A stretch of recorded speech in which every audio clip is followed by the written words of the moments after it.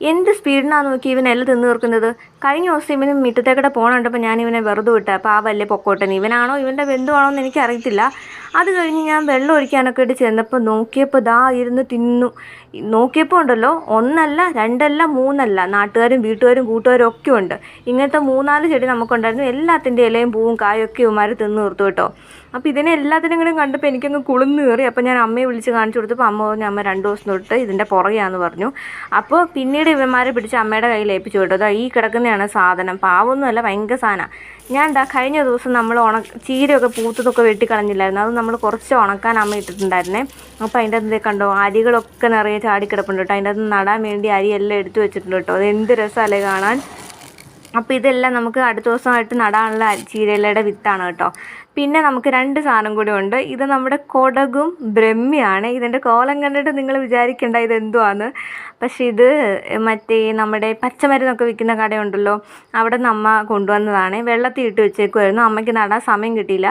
പിന്നെ ഞാൻ ഈ വക സാധനങ്ങളൊന്നും നട്ടാൽ അത്ര സെറ്റപ്പായി വരാറില്ലാത്തത് കൊണ്ട് ഞാനങ്ങനെ നടാനും ഞാൻ കണ്ടായിരുന്നു ഇരിക്കുന്നത്.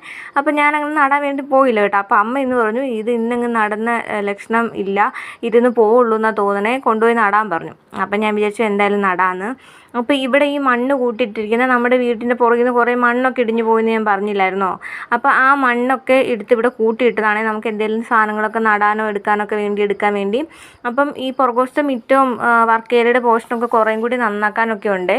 അപ്പോൾ ആ സമയത്ത് ഇതെല്ലാം ഇവിടെ നിന്ന് എടുത്ത് മാറ്റാനൊക്കെ ഉള്ളതാണ്. അപ്പോൾ ഈ മണ്ണൊക്കെ ഓൾറെഡി നനഞ്ഞ് കിടക്കുന്നത് കൊണ്ട് ഞാൻ അതിൻ്റെ അകത്ത് നിന്ന് കല്ലും അങ്ങനെയുള്ള സാധനങ്ങളൊക്കെ മാറ്റിയിട്ട് ഞാൻ 2 കുഞ്ഞ് കവറെടുത്ത് അതിൻ്റെ അകത്ത് നിറച്ചെടുക്കുന്നുണ്ട്. അപ്പോൾ ഇത് നടുന്നത് ഇതിന് മുന്നേ നമുക്ക് ഈ സെയിം പോലെ തന്നെ, അതായത് ഈ പച്ചമരുന്ന് കടയിൽ നിന്ന് ഇങ്ങനെ കുഞ്ഞ് പോർഷൻ കൊണ്ടു നട്ടപ്പോൾ നമ്മുടെ കയ്യിൽ ഒത്തിരി ഉണ്ടായിരുന്നു കേട്ടോ. പക്ഷെ അത് ഈ മണ്ണിടിഞ്ഞ് വീണപ്പം അതെല്ലാം പോയി കേട്ടോ. ഈ കറ്റാർവാഴ നിറയെ കറ്റാർവാഴയൊക്കെ നല്ല തടിച്ച് കൊഴുത്ത് നിൽപ്പുണ്ടായിരുന്നു. പക്ഷെ അതെല്ലാം പോയി. അപ്പം ഇത് കണ്ടോ, ഇതാണ് നമ്മുടെ വർക്ക് ഏരിയ. ഞാൻ പറഞ്ഞില്ല താഴത്തെ പോർഷനൊക്കെ കണ്ടോ, ഇതൊക്കെ ഈ മണ്ണ് വീണപ്പം പെരങ്ങിരുന്ന് ഈ വർക്ക് ഏരിയ രണ്ടാമത് കൂട്ടിയെടുത്തായതുകൊണ്ടാണ് കേട്ടോ തറയിൽ നിന്നൊക്കെ അങ്ങനെ അകന്ന് നിൽക്കുന്നത്. അപ്പോൾ ഇവിടെ എല്ലാം നമുക്ക് ശരിയാക്കാനുള്ള പ്ലംബിംഗ് ഒക്കെ പോയി കിടക്കും ഈ പോർഷനിൽ. അപ്പോൾ ഇത് കണ്ടോ, അമ്മ അവിടെ കുറച്ച് ഡ്രാഗൺ ഫ്രൂട്ടൊക്കെ നട്ടു വെച്ചിട്ടുണ്ട്, ഡ്രാഗൺ ഫ്രൂട്ടിൻ്റെ തൈയൊക്കെ.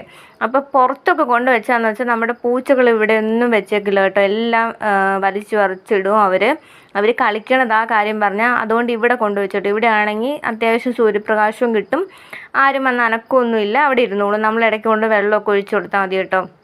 അപ്പം ഞാനിത് 2 നട്ടിട്ട് അവിടെ അതിൻ്റെ കൂടെ തന്നെ വെച്ചേ. പിന്നെ ഇത് കണ്ടു, ഇതൊരു ഡ്രാഗൺ ഫ്രൂട്ട് നല്ലപോലെ മുളച്ചൊക്കെ നിൽപ്പുണ്ട്. ബാക്കി 2 മുളച്ചിട്ടില്ല. അപ്പോൾ ഇത് പറിച്ചിടുമ്പോഴൊക്കെ ഞാൻ വീഡിയോ കാണിക്കാവേ.